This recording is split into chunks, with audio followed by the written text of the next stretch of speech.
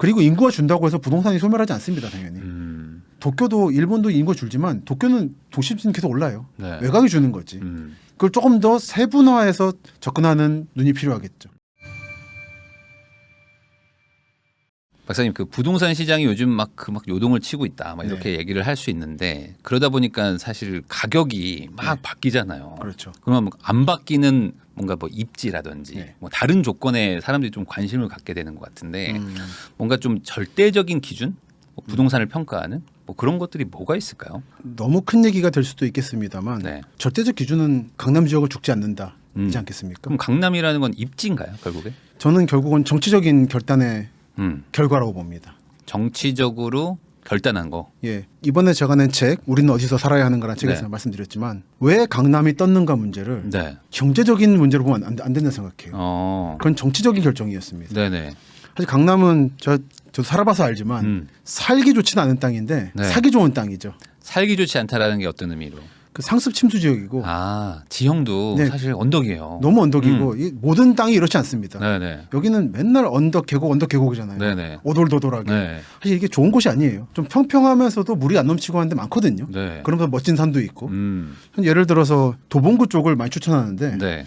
거기 참 살기 좋다고. 아, 땅이 좀 이렇게 순하고. 순하고 온순하고. 뷰도 좋고 그 산도 있고. 난리도 벗고 네. 중랑천이 넘치는데 조금 거리가 있어서 멈추지도 않고. 어. 근데 그런 지역이 있는데 왜 강남이었냐? 네.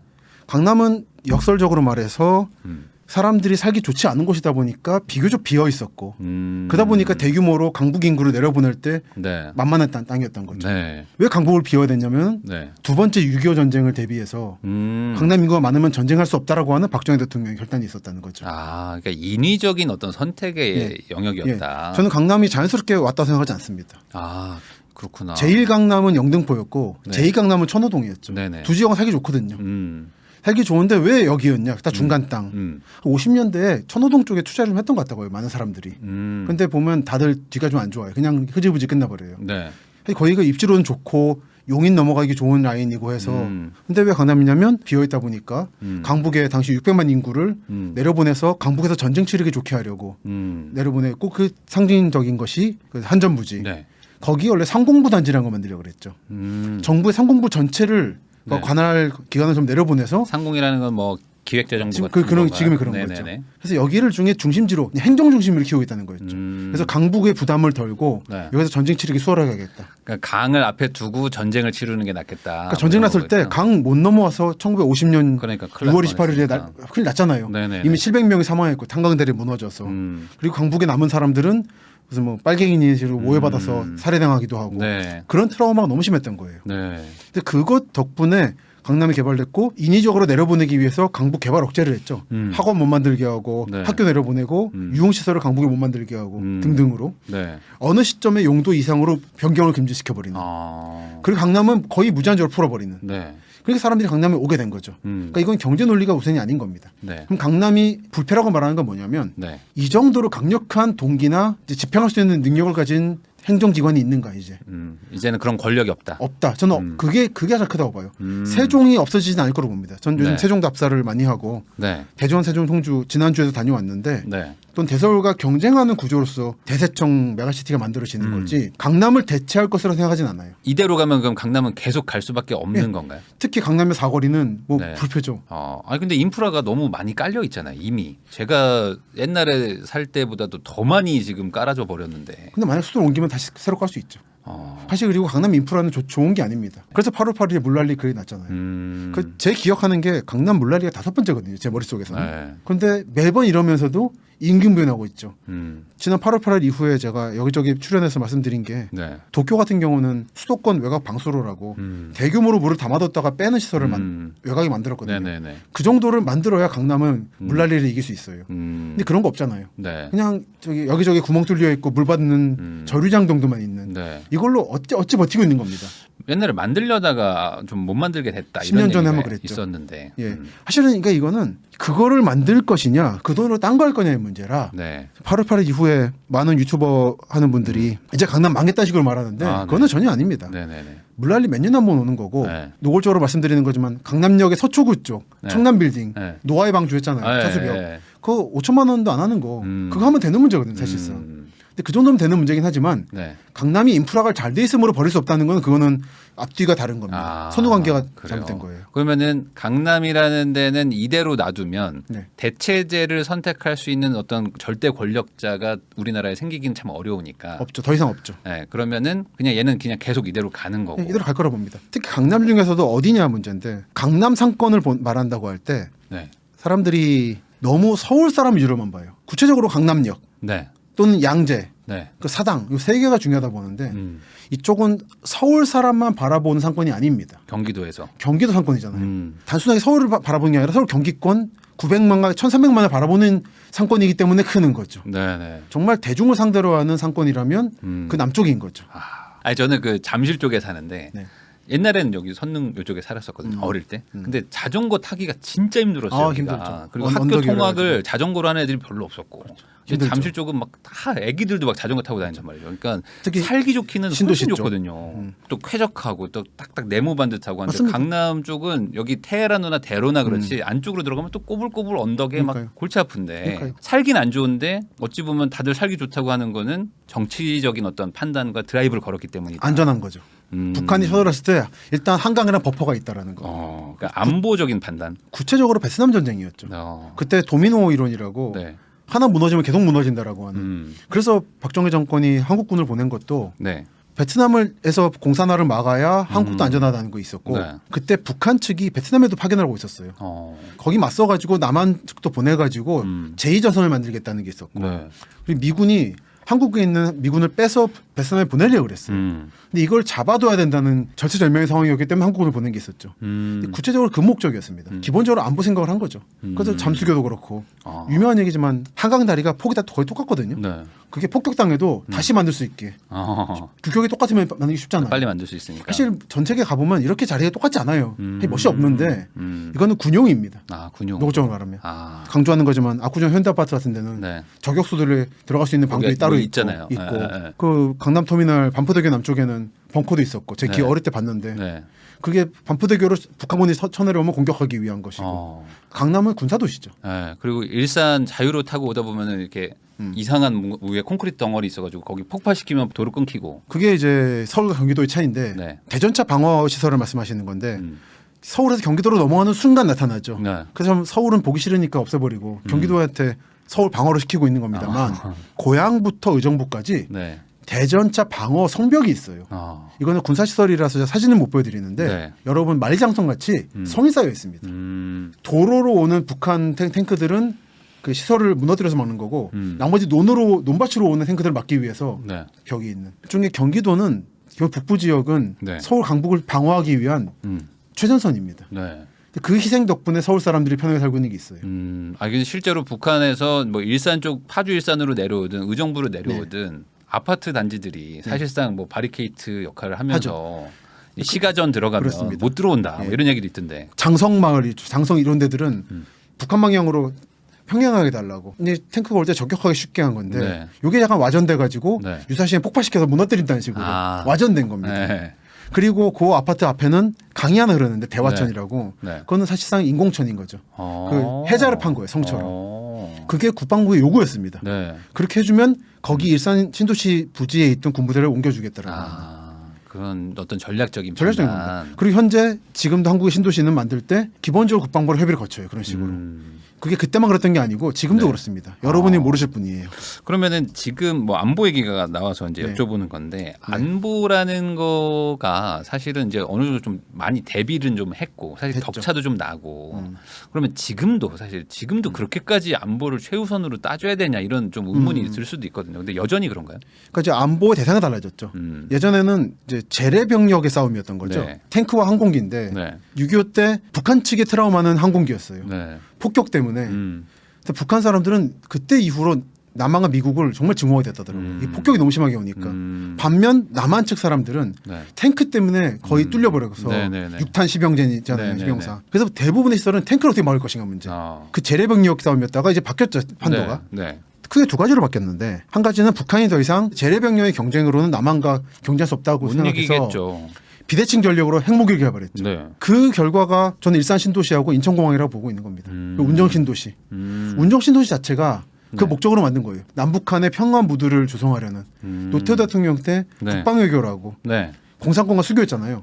그러면서 평화의 상징으로서 만든 게 운정 신도시죠. 아. 일산보다 더 북쪽에. 그러면 우리가 이렇게까지 앞에다가 인구 배치를 하는 해도 거는 평화의 네. 의미다. 그렇죠. 어. 그 세트가 고독 신도시입니다. 네. 두 개의 세트예요. 그 사드라든지 네. 평택 미군 기지는 이젠 더 이상 북한만을 바라보지 않죠. 중국과 네. 러시아를 바라보는 거 아니겠습니까? 네. 이거는 미국의 세계 전략 중의 일부라 한국은 혼자 있는 나라가 아니라 집단 안보 체제에 들어있는 나라라서 네. 미국의 아시아 전략 속에 일단은 담당하고 있는 겁니다.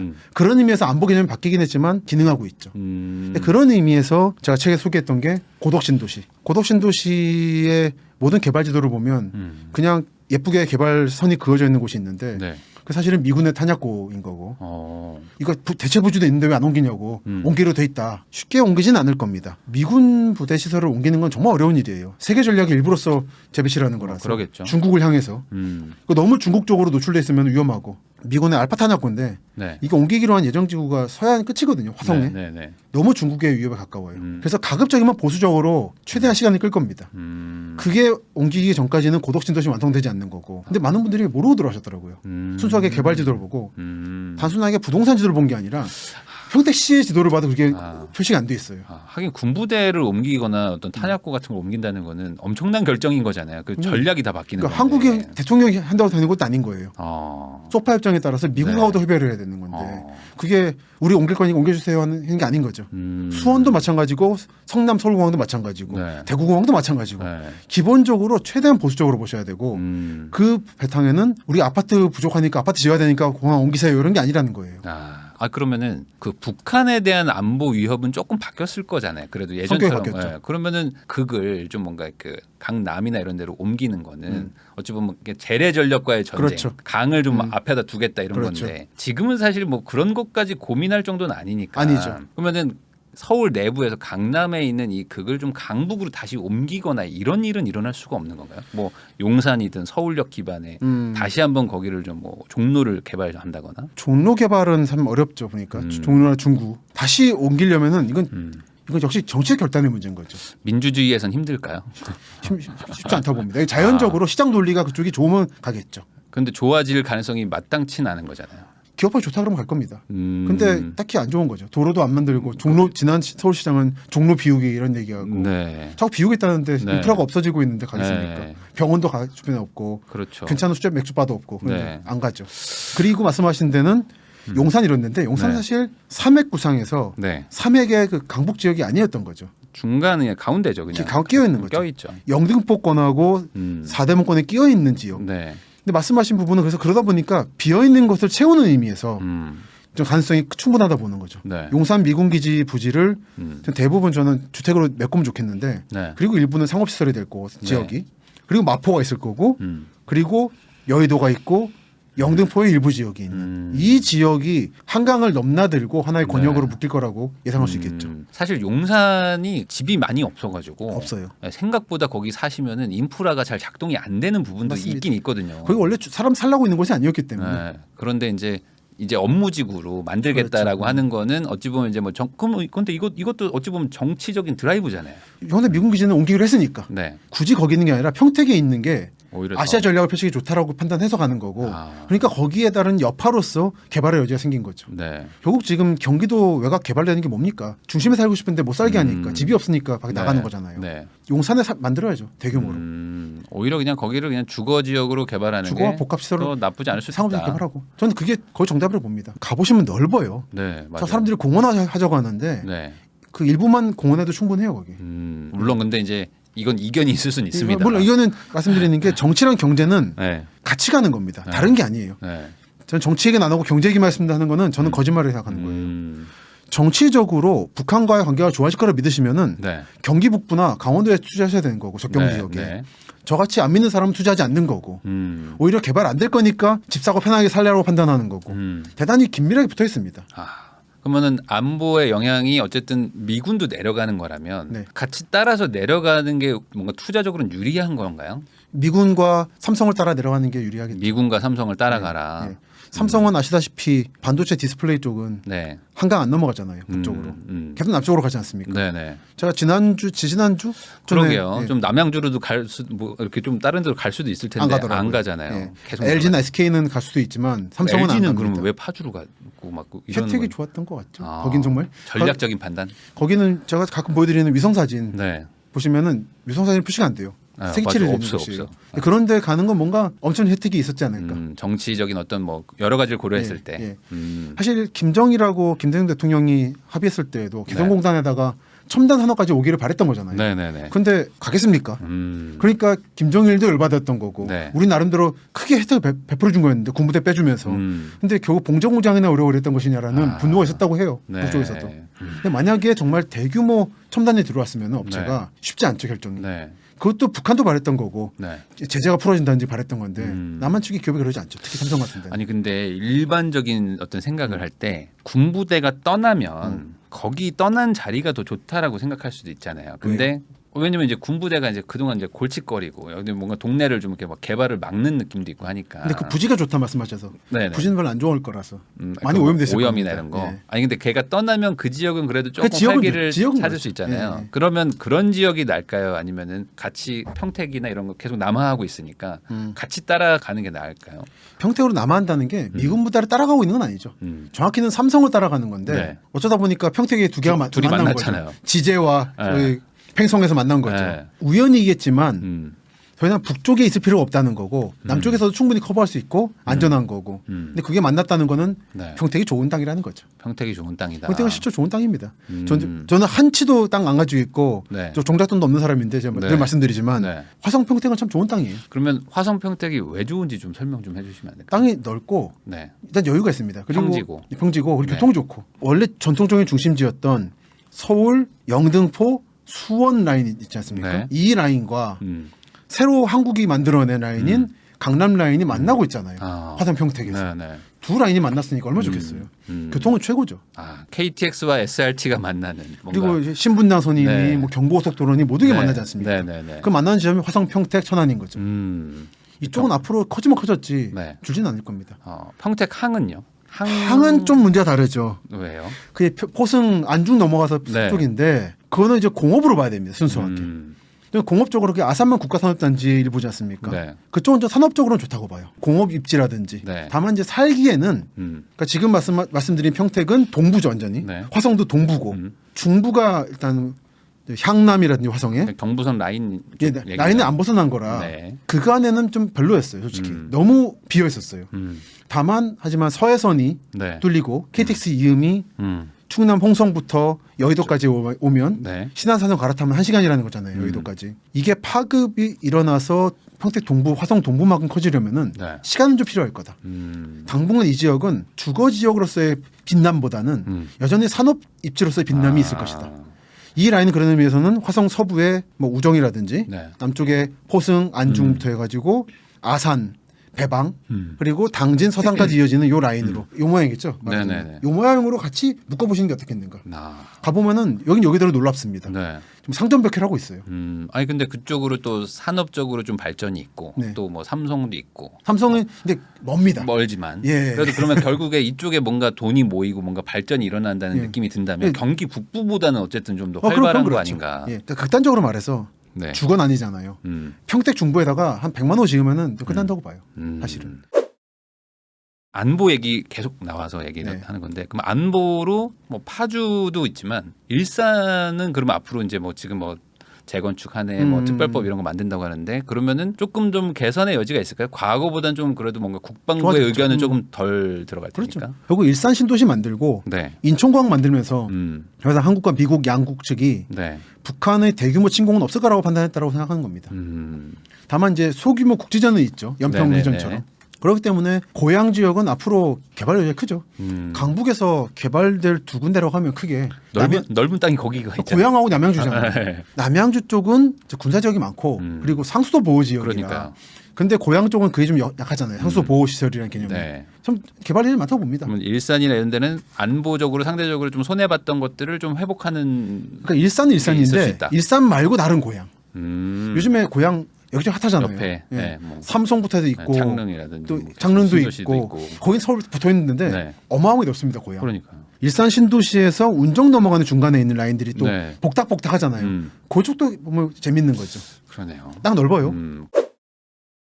그러면은 이게 자연스럽게 안보 얘기가 네. 살기 좋은 지형, 그러니까 뭐 평지와 사실 살기 좋은 거는 평지와 물 아닙니까? 물과 땅, 넓은 땅. 그리고 이제 산사태 좀 피하고. 산사태는 산이 없으면 좀 피할 수 있고 예. 범람만 안 되면 그렇죠. 좀 그래도 살기 좋은 데니까 사실 사람이 산지보다는 평지에 사는 걸 당연히 좋아할 거고 그래서 꼭 그러진 않더라고요. 그렇진 않아요. 모든 인간이 그렇진 않습니다. 어. 예. 그러면 우선은 일반적으로는 그런가요? 일반적 도시의 형성은 그런 데가 좀 유리할까요? 도시의 형성도 음. 근대 전까지는 오히려 언덕을 좋아했죠. 어. 왜냐하면 적이 쳐들어왔을 때 피하기 네. 좋으니까. 네네. 그래서 이탈리아 도시들이 다 산에 있잖아요. 어.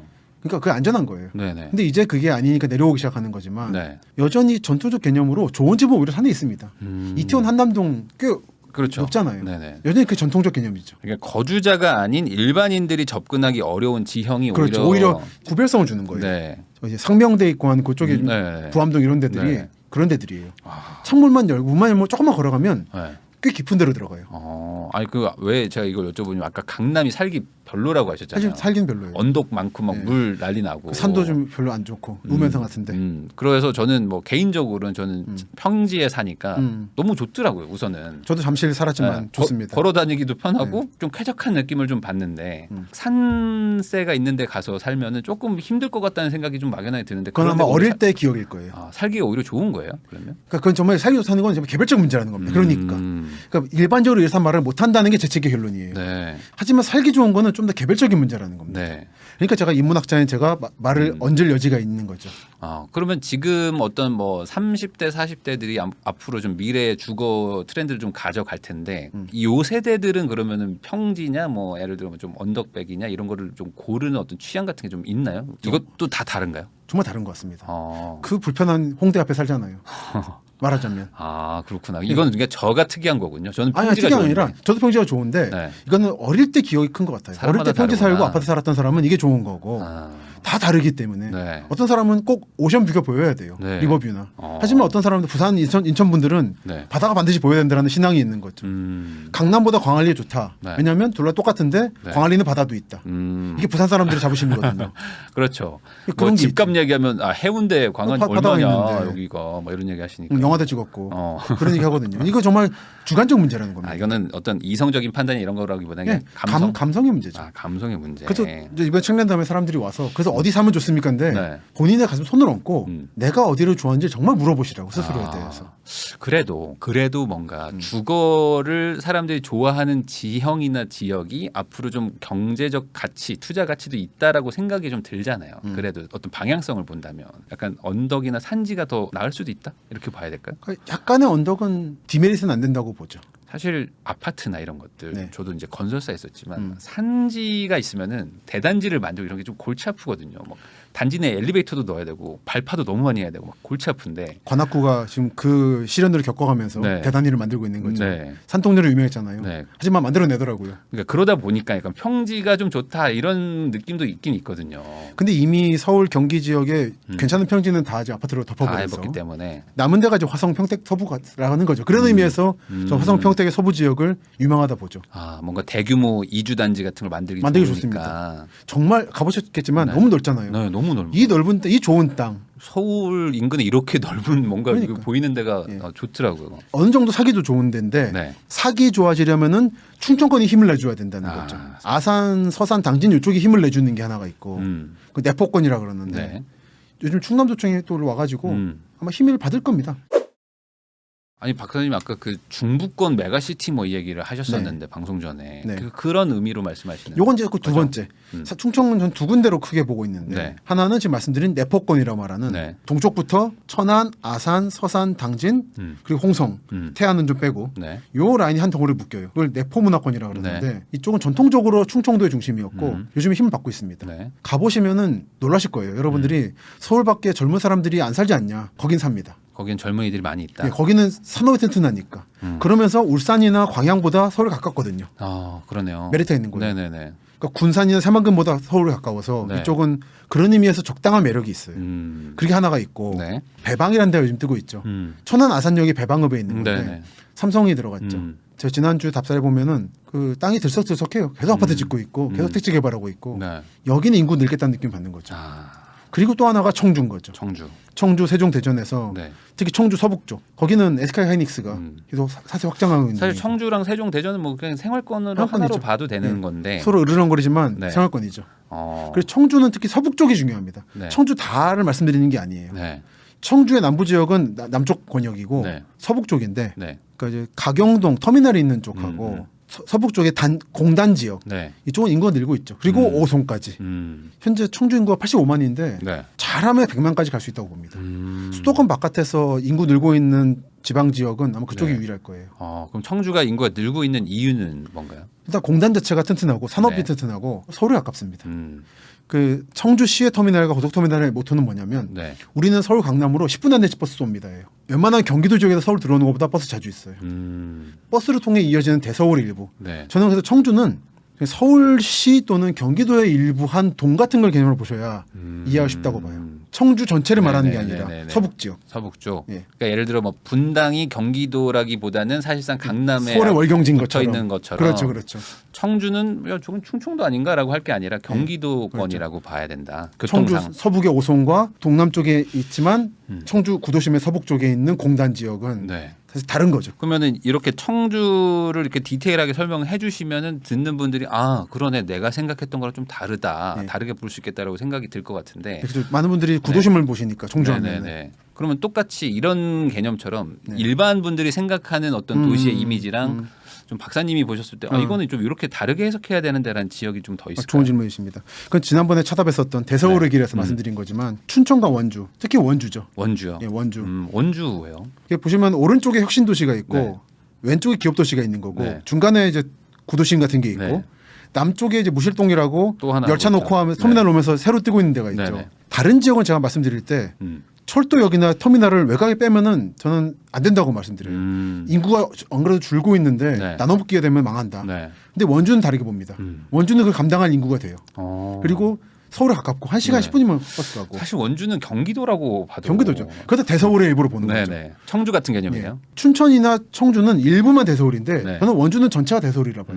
어떤 의사분하고 얘기를 하게 됐는데 지금 원주 남쪽 새로 만들어지는 KTX 주변 지역, 터미널 지역 네. 그쪽은 현재 강원도 전체의 강남 기능을 하고 있대요. 아. 제천이나 이런 데 다니는 의사분들도 네. 거기에 집을 가지고 있다고. 아. 그래서 아침엔 출퇴근한다고. 갈 수 있는 거리거든요. 네네네네. 그러니까 강원도 전체 광역권에서 네. 서울을 대표하고 있는. 음. 그러니까 원주 같은 데는 여러분들 상상은 다르게 네. 실체가 있습니다. 그 부동산 열기에는. 음. 다만 기업 도시가 있는 소식이 잘 모르겠어요. 네. 다만 혁신 도시는 실체가 있는 거고. 네네네. 그 남부도 실체가 있었다라는 거를 확인하고 왔네요. 아, 그러니까 원주가 사실 요즘에도 사실 막 계속 올라갔었는데 저거 그냥 풍선 효과다 이렇게 생각하는 분들도 있었거든요. 저는 근데 원주는 좀 다르게 봅니다. 그렇기에는 좀 인프라나 이런 것들이 좀 갖춰지고 그렇죠. 그리고 원주가 사실 강원도에서는 가장 좀 그래도 뭐 강원의 원 아닙니까? 네, 동쪽은 강이고 서쪽은 원이죠. 네. 강릉 원주. 그렇죠. 그러니까 이제 대도시고, 대도시고. 거기서도 교통편까지 네. 좋으니까 그렇죠. 사실상 뭐 거기서 안에서 제일 좋은 동네가 또 강남의 역할을 할 수도 그렇습니다. 있고. 사실 춘천하고 비교하기 쉬운데 춘천은 강원도에 도청이 있다 보니까 행정 중심이지만 산업이 없어요. 근데 원주는 산업이 있거든요. 네. 그리고 교통이 훨씬 좋아요. 춘천은 북쪽이라 좀 맞아요. 그룹돼 있는데 네네네. 원주는 내려가면 뭐 제천, 단양, 뭐 서울 다 통하니까. 그래서 원주는 실체가 있어서 그렇고 홍천 같은 데도 실체가 없고 좀 이런 지역은 이제 관광 지역이라 그런 지역은 이제 마치 강릉 속초주에 투자 많이 하시는데 별장처럼 네. 그런 개념으로 접근하시면 오히려 좋다. 아. 가끔 답사 받으면 참 기분 좋은 곳이에요. 근데 이게 돈이 돈 난 느낌은 아닌 거고. 아, 기분 좋다는 건 어찌 보면 좀 한산하고, 좀 한산하고, 경치 좋고 네. 이런 거기 때문에 정말 좋은 풍경이라 네. 우리 이걸 잘 가꾸면은 네. 도시가 아름답게 크겠구나라는 느낌. 그러면은 저쪽은요, 완전 서쪽으로 해서 송도나 청라 이쪽은 어떻게 봐야 돼요? 그쪽은 뭐 문제 없지 않겠습니까? 굳이 거기까지 말씀. 왜냐면 요즘 뭐 집값 먹이 또 막 빠지고 그거는 이제 그리고 일시적이겠죠. 미래에 대해서 뭐 부정적인 이미지를 갖고 계신 분들도 있거든요. 아, 근데 이제 제가 반대로 여쭤볼게요. 미래에 대한 장기적으로- 부정적 이미지는 청라와 송도에 대한 저는 어떤 없거든요. 의미일까요? 저는 앞으로 좋아지면 더 좋아질 거라고 생각하거든요. 저도 마찬가지고. 왜냐면 어떤 지형과 주변 인프라를 봤을 때 음. 공항과 서울 사이인데 요즘 고민 많이 하더라고요. 그 제약들이. 그래요? 송도 갈까 오송 갈까. 이 얘기 좀 해주세요. 다들 지금 송도로 갈 거라고 생각하고 근데 있는 지금 분들이 보면은 주무부처가 청주에 있잖아요. 많아요. 그리고 KTX 정말 금방 있기 때문에 그렇죠. 네.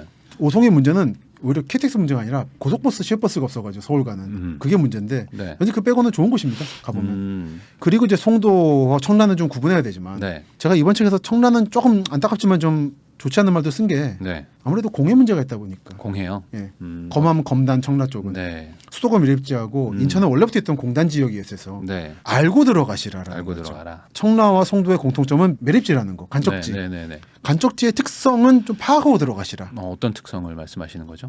연약 지반일 가능성이 있다. 전문가분들도 네. 한국의 토목 기술이 좋아졌기 때문에 괜찮겠지만 일단은 안전이에요.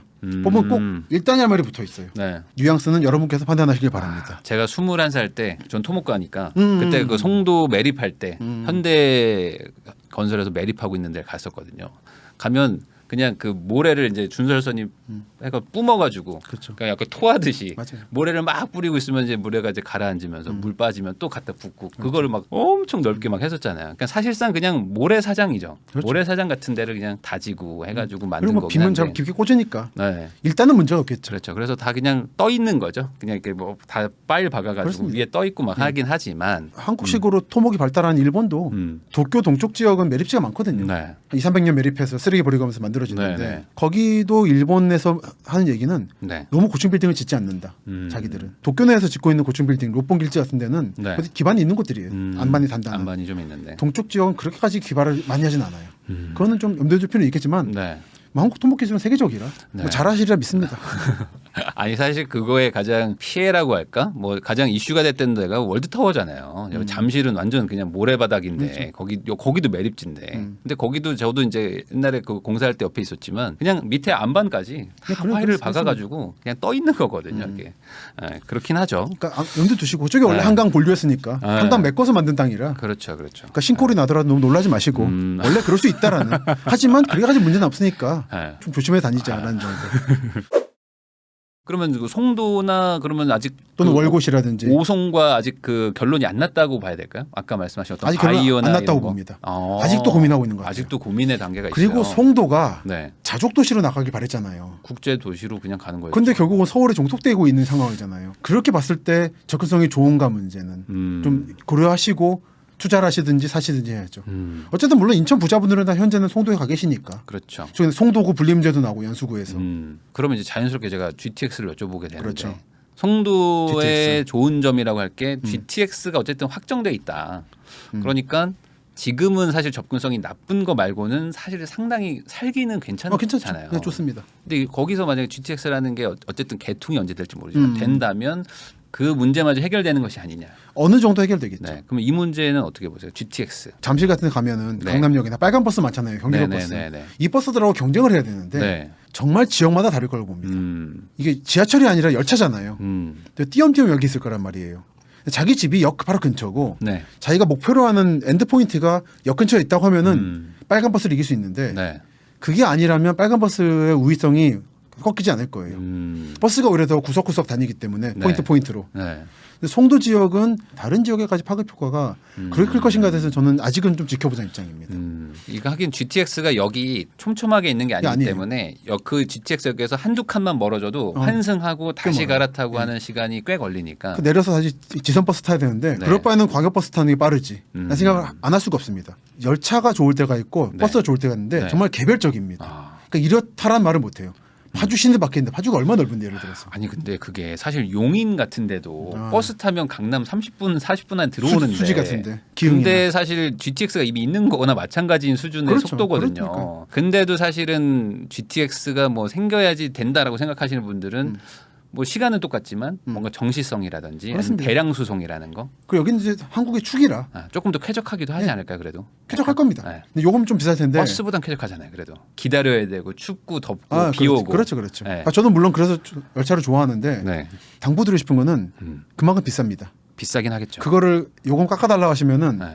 다른 지역에 GTX가 안 놓아질 겁니다. 아. 여기서 성공해야 돼요, GTX가. 그렇죠. 좀 비싸더라도 사람들이 감내하고 써주면 다른 데가 막 생길 텐데. 그렇죠. 그러니까 지금 구체적으로는 동남권이 생겨줘야 되는데 GTX가 네. 오히려 교통이 도시간이 안 좋거든요. 네. 울산, 부산, 대구에서. 네네. 그러려면 서울 경기권에서 성공해줘야 돼요. 근데 그러려면 요금을 압력을 좀 감당하셔야 될 겁니다. 이게 사실 GTX나 이런 것들도 다 서울 같은 이미 지금 핵심 지역에 연결하는 것만 생각하지. 그렇죠. 부산, 울산, 경남 이런 데도 사실 그런 걸 뚫어주면 그렇죠. 많이 바뀔 텐데 아직은 좀 확신이 없어서 그렇겠죠. 확신이 없죠. 어떻게 보세요? BC는 될까요? BC 같은 건 이미 발표도 안 강남을 했는데. 통과하는 지역은 되겠지만 네. 통과 안 하는 것은 지켜보자는 입장입니다. B는 애매하게 안 가는데요. 애매하게. 어, 그러니까 공약을 했으니까 될 거라는 거는 네. 지난 몇십 년간 한국에서 공약으로 했고 예산 설정되고 삽까지 푼 철도들이 어떻게 엎어졌나를 제가 책에 상세히 써놨으니까 네. 보시면은 한번 납득이 되실 겁니다. 네. 그 너무나 많은 게 엎어져서 네. 저는 완성되기 전까지는 믿지 않아요. 그러니까 뭐 A야 뭐 뚫고 있으니까 가는 거고 C는 뭐 삼성역이니까 어떻게 될 거예요. 해보겠는데 A씨는 될 거예요. B가 조금 뭐 지금 사업자도 좀 애매하고. 뭐 D는 이미 뭐 D, E, F 나오고 있는데 그거는 네. 이제 꿈이죠. 부동산업자들의. 예를 들어 그런 꿈의 원형은 뭐냐면 경부고속도로의 강남 구간 지하화 얘기. 네. 그리고 경인선의 지하화 이런 거예요. 네, 네. 이거 공약마다 나왔습니다. 그 때마다. 항상. 몇십 년간 그러고 있는데 네. 안 돼요. 그럼 강남권에 접속되는 라인이라면 그래도 좀 가능성이 가능성이 있다는 있다고 거 실제로 존재하는 수요니까. 있으니까. 근데 딴 지역은 좀 지켜보자 입장입니다. 그러니까 아까 말씀하신 게 좋은 것 같은 게 그 빨간 버스 대비 확실한 우위를 보여줘야지만 사실 비싼 돈을 내고도 타는 건데 그 우위를 주려면 어쨌든 내가 가고 싶은 데랑 빠르게 쾌적하게 보내는 건데 강남이 어쨌든 가장 중요할 테니까. 그렇죠. 강남이 중요하죠. 그 강남의 물난리 그거를 저희가 찍어놨었는데 그게 요번에 물난리 터지니까 갑자기 뭐 조회수가 막 올라가더라고요. 그래서 강남 물난리 때문에 진짜 뭐 강남 이제 끝났다 뭐 이런 얘기도 많이 하시는데. 오버죠. 네. 근데 이제 조만간 뭐 해소는 하겠죠. 요번에 뭐 예비 타당성 다 없애고 그냥 무조건 뭐 안에 뭐 우수관 뭐 만들고 뭐 한다는데. 해소는 안 될 거라고 봅니다. 안 된다. 하지만 감소되겠죠. 지진으로 예를 들면 네. 요즘에 건설업계에서 잘 아시겠지만 네. 내진이란 말을 하지 않죠. 잘 면진이라고 하죠.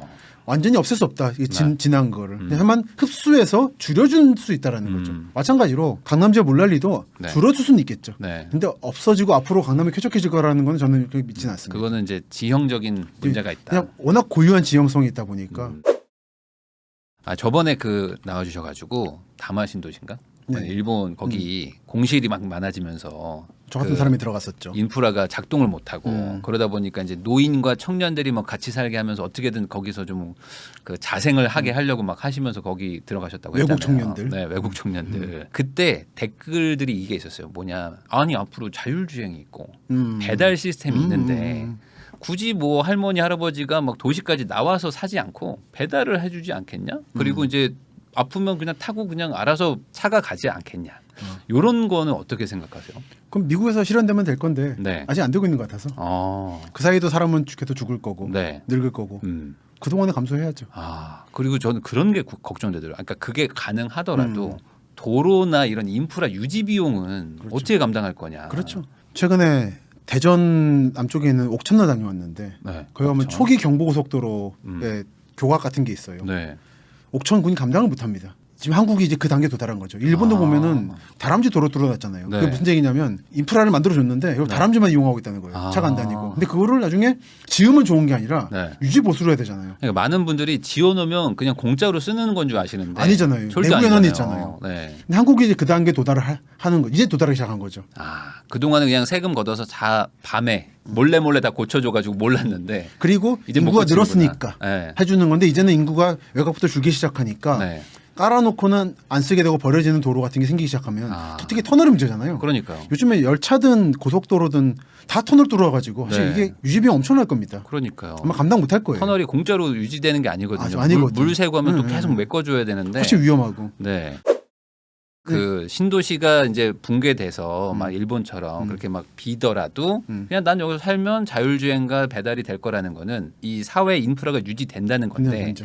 그 적은 사람들한테 그 많은 세금을 계속 써줄 수가 없기 없는 때문에 겁니다. 그럼 이제 도로가 끊기는 거고 산사태 나면 그냥 방치되고 네. 그러면 자율주행이 못 돌아오겠죠. 못 들어오죠. 그러니까 결국에 마찬가지. 뭐 드론 정도로 택배 오는 건데. 드론으로. 근데 드론도 공짜가 아니니까. 아니죠. 네. 아마 비쌀 겁니다. 비싼 택배료를 감당하느니 저는 차라리 구도심에 오피스를 사시는 게 나을 수도 있다. 빌라에.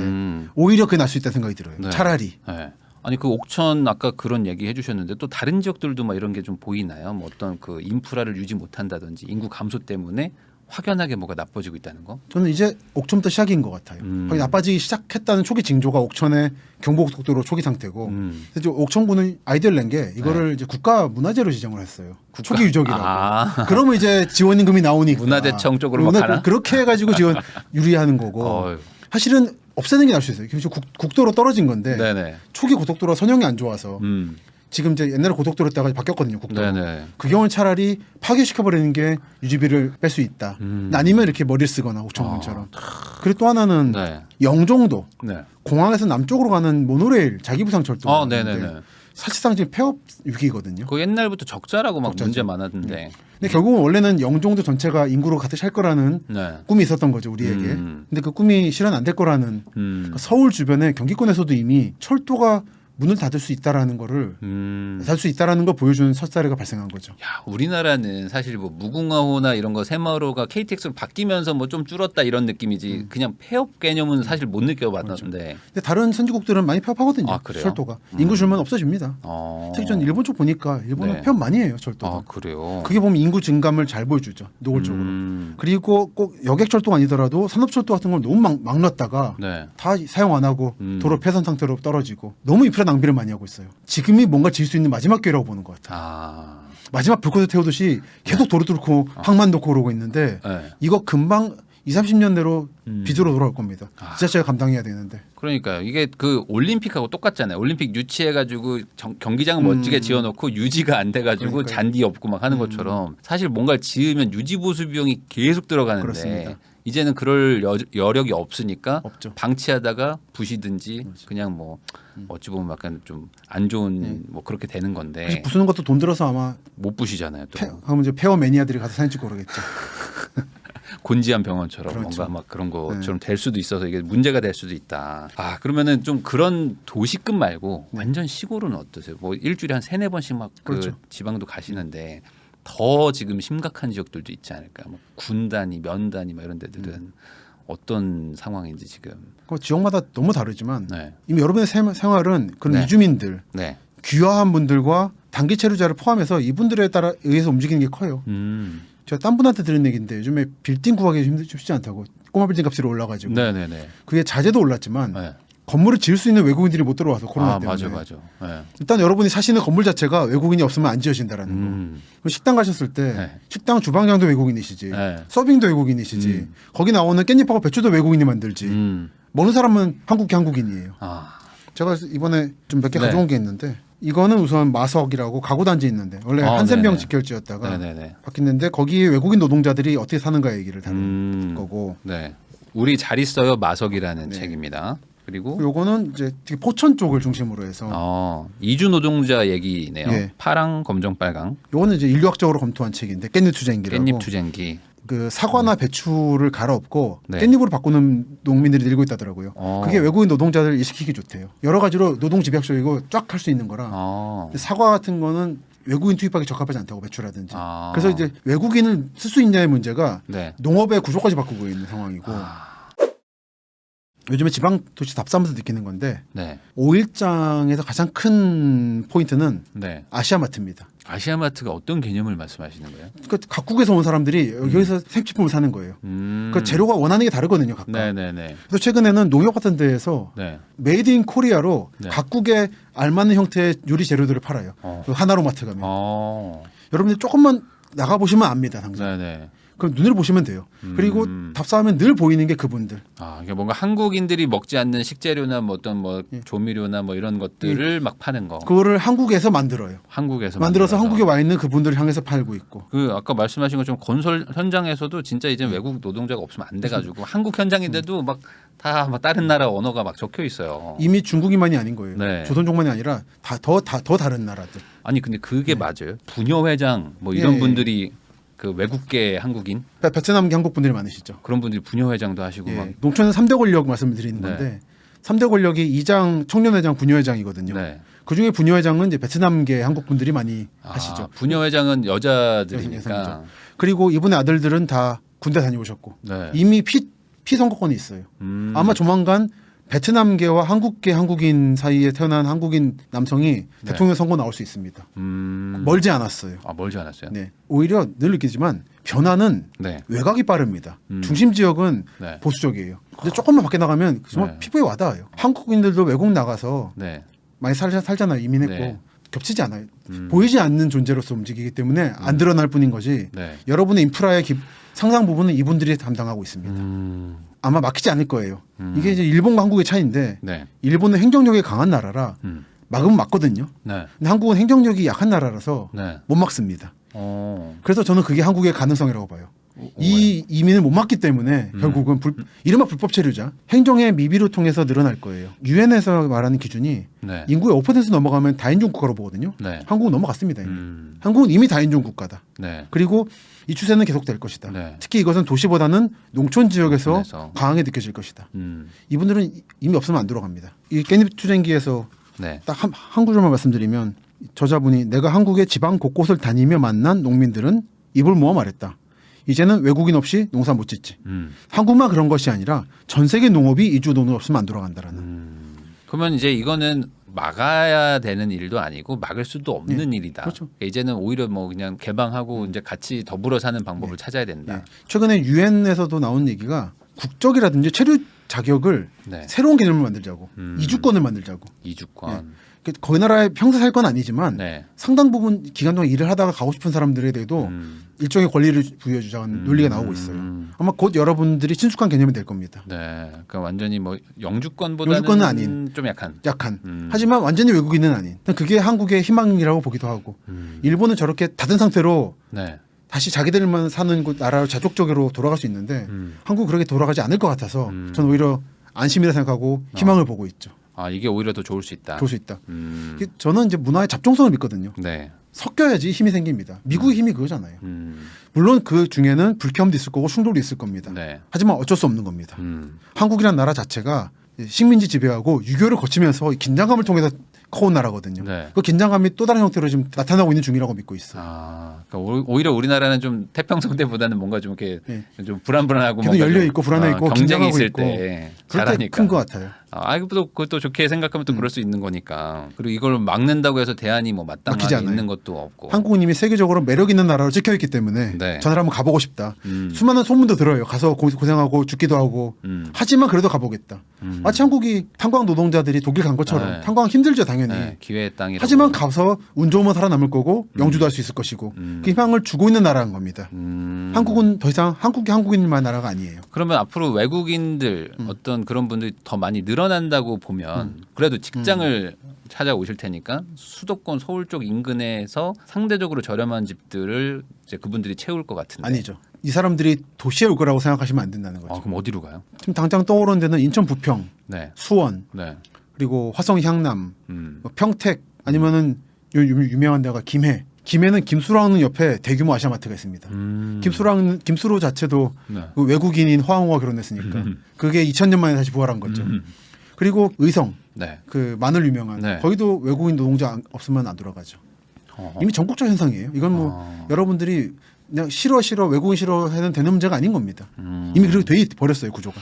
그럼 이게 인구 감소를 지금 생각하는 것보다는 좀 그래도 뭔가 줄이는 건가요? 그러니까 한국인은 줄지만 전체적인 거주 인구는 좀 그래도 늘어나는 거라고 봐야 될까요? 그러니까 전체를 어떻게 보세요? 좀 저하 속도로 늦추지 못하고 있는 것 같은데 네. 하지만 농촌 지역에서 지역 소멸들을 저지하는 데는 지금 기능을 하고 있는 것 같습니다. 아, 근데 그럼에도 불구하고 대세의 흐름이 바뀌는 방법은 사실은 별로 없지 않나요? 전면적 이민 개방이 하나의 답인 건데 아니면은 여성이 어떤 형태로든 자녀를 낳을 수 있도록 네. 획기적으로 사회 구조가 바뀌어야 되는데 네. 여전히 지금도 출산휴가 낸다 그러면은 뭐 잘리잖아요. 지금도 그러잖아요. 그렇긴 하죠. 이 인구 감소를 얘기하면서도 네. 그러니까 정말을 바꿀 생각이 없는 거예요. 제가 보기에는. 그럼 정부가 어떤 정책이나 이런 걸 뭐 제대로 좀 안 해준 것도 있지 않을까요? 아닌가요? 뭐 충분한데 그냥 인식의 차이인가요? 그 정말 온 사회가 위기를 느끼면은 여성에 대한 획기적인 대안이 있을 것이고 그리고 이민 개방을 할 것 같아요. 둘 다 아직 그때가 안 이른 것 같다라는 이제 관측을 하고 있죠.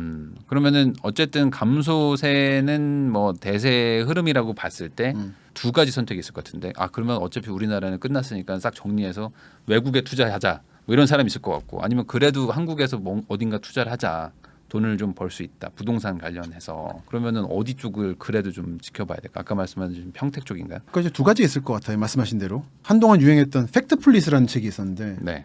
그 책에서는 선진국들이 자꾸만 작아지고 쪼개지는 선진국 시장만 노리지 말고 네. 아프리카를 노리라고. 2050년대가 되면은 세계 100대 부호 중에 아프리카 사람들이 상당히 들어설 것이라는 얘기를 했어요. 그건 실제로 관찰되는 얘기입니다. 네. 서남아시아라든지 인도, 아프리카 쪽의 가능성이 커요. 그걸 노릴 수가 있는 거고 하나는. 네네. 그리고 인구가 준다고 해서 부동산이 소멸하지 않습니다. 당연히.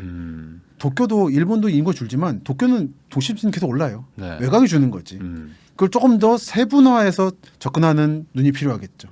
그냥 도쿄가 이렇다. 네. 일본이 이렇다. 네. 또는 서울이 이렇다. 이런 식으로 말하면 안 된다는 거예요. 세분화시키고 네. 구별로 봐야 되고 네. 동별로 봐야 되고 네. 동에서도 지형 다 따져봐야 되고 네. 그러려면 여러분이 지도도 좀 보시고 직접 답사도 네. 하셔야 되는데 네. 그래도 이제 돈은 좀 있는데 부동산 찾아가서 오를 때 찍어주세요 하면 안 된다는 거죠. 네네. 결국에 오를 만한 데는 오른다는 건데 그래도 뭔가 좀 기준이라고 뭐 할 게 박사님 보시기에는 뭘까요? 뭐 지형이든 아니면 어떤 산업군이든 아니면 어떤 정책이든 뭘 그래 좀 기준을 보고 여기가 좀 유망하겠다라는 걸 판단할 수 있잖아요. 이미 형성된 축이 제일 중요하다 보는 게 확장 강남이라고 말씀 그래서 드리는 건데 네. 지금의 강남 상구에서부터 아마 평택 정도까지는 그냥 확실한 투자처가 아닐까. 평택이라 할 땐 동쪽 지역. 결국 경부선 라인인 거죠. 경부선 라인 쪽은 그래도 확실하게 좀 갈 것이다. 그래서 확실히 갈 거로 봅니다. 그리고 계속 커지면 커졌지. 외곽 지역에 새로 신규 투자가 일어날 것이다. 그런 건 좀 보수적으로 보시는 게 어떻겠는가. 다만 그 중에서도 확실하게 새로운 투자처가 생기는 곳들이 있으니까 이번에 주목한 거는 그중에 화성과 평택의 서부 지역인 거고 네. 그럼 가보면 실제로 힘을 느끼거든요. 그 개발의 힘을. 네. 가보는 게 중요하겠네요. 가봐야죠. 가서 실제 보면 그 네. 느낌 분위기가 네. 있으니까. 강남의 확장이라는 개념으로 남부 쪽으로 간다는 거에 대한 어떤 방향성은 명확하다. 그렇습니다. 방향성은 명확해요. 천안에서 서쪽으로 꺾어가지고 배방을 향해서 지금 네. 아산 선을 당진으로 가고 있는데 네. 이쪽에서 끝날 것이냐 천안에서 뚫고 더 내려가서 대전하고 이어질 것이냐 이건 제가 진짜 모르겠어요. 그래서 지금 들여다보고 있는 중인데 네. 기본 남쪽으로 갈 거라는 축은 명확하다 봅니다. 요즘에 뭐 워케이션 해가지고 뭐 제주도 그렇고 뭐 강릉도 그렇고 사실 이제 어찌 보면은 미래 기술 개발이 되면은 약간의 재택 그리고 사실상 재택은 아니지만 굳이 출근은 하지 않고 어디 특정 지역에 가 있어라 정도까지는 뭔가 그 직장이 좀 확장될 수도 있지 않을까. 그래서 꼭 서울 어떤 뭐 밀집된 강남 인근만 뭔가 된다기보다는 1, 2인 가구들은 뭐 강릉에서 일하고 있다가 필요하면 회의 때만 와. 뭐 약간 이런 식의 워케이션 뭐 이런 거는 좀 영향을 주지 않을까. 그건 이제 해서요. 특정 직군의 특정 직위분들만 가능하신 것 같더라고요. IT 쪽. 예, IT 쪽에서 특정 직군. 네. 근데 전 국민이 그런 게 아니고 네. 이번 줌이 네. 그 화상회의 줌 네. 주가가 많이 떨어진다는 거 아닙니까? 결국 사람이 만나서 얘기를 해야지 만나야 되는 된다. 거라 저는 줌으로 강연 기본적으로 안 합니다. 왜냐하면 예민한 말을 못 해요. 언제든 녹화될 수 있다는 그럴 점제가 수도 있어서. 있죠. 그리고 이제 학교에서 하는 얘기인데 네. 가장 핫한 정보는 네. 학교에 열렸을 때 그 자리에서 주고받는 대화인 거고 일반인이 책으로 보시면 이미 2, 3년 늦은 거예요. 아. 직업의 지리학에서 말하듯이 만날 수 있는 곳이 뜨는 거예요. 아니면은 영종이죠. 네. 해외 출장 많이 하시는 분들은 영종 사시더라고요. 그 영종 공항도시 하늘도시 살면서 네. 사흘은 출장 가고 사흘은 그 공항철도 타고 서울 와가지고 이쪽에서 회의하고 그건 가능하다 봐요. 그 정도. 네. 아, 근데 이게 뭐 어떤 대세적이거나 그런 건 예. 아니고 강릉 장기적일 속초는 수도 그냥 없고. 좀 대전 물론 좋다고 봅니다. 네. 근데 휴가철이고 별장이지. 가서 일하시는 분들의 사례를 보면 수입에 저하는 눈에 보이더라고요. 아하. 다만 이제 수입에 저하가 있더라도 나는 네. 정말 행복하게 살겠다면 그건 답인 거예요. 그리고 아까 말씀하신 것처럼 결국에 어떤 핵심 정보든 뭐든 이런 기회는 예. 만나서 생기는 만나서 건데 생겨요. 예. 내가 멀리 가 있고 뭐 온라인으로 얘기한다는 것 자체는 기회를 좀 놓칠 수도 있는 거기 때문에 맞습니다. 이게 뭔가 대세적으로 계속 가기에는 좀 어려움도 있을 수 있다. 이거는 오프라인의 연장인 거지 독립세계가 아니에요. 네. 다만 오프라인과 온라인을 병용해서 잘 쓰면 다른 사람보다 10배의 기회는 있다고 보이긴 하죠. 저는 그 혜택을 받았다 생각하고 있고 주와 객이 반대는 아니에요. 주는 오프라인입니다. 네. 저는 그렇게 봅니다. 아, 그러니까 나 혼자 그냥 어딘가에 그냥 방에서 있고 네. 온라인에서만 생활한다고 해서 해결되는 문제는 아니다. 그러면 정말 좋은 정보는 나한테 오지 않는 것 같더라고요. 진짜 좋은 기회는 네. 좀 놓칠 수 있다는 거 그런 얘기이신 것 같습니다.